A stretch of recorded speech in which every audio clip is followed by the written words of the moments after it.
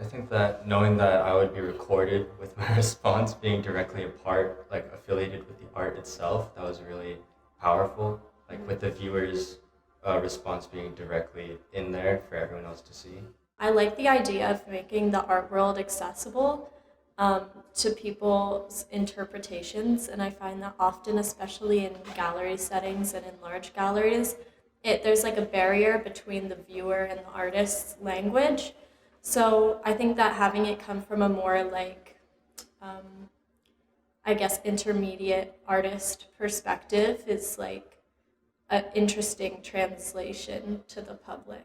For me, I think the most exciting thing was seeing how everyone could take the artwork in different ways, how everyone had different opinions about it, and how the artist spent so much time on something.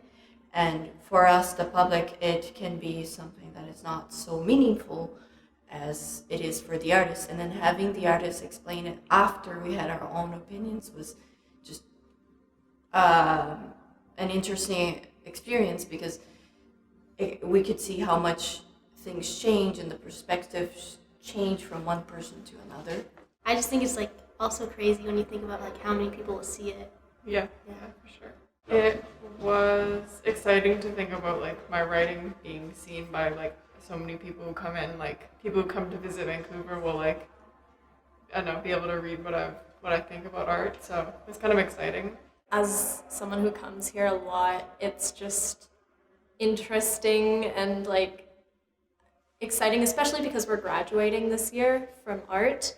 And for some of us, this is kind of like the last time, or not the last time, but one of the last times we'll take a formal educational art class.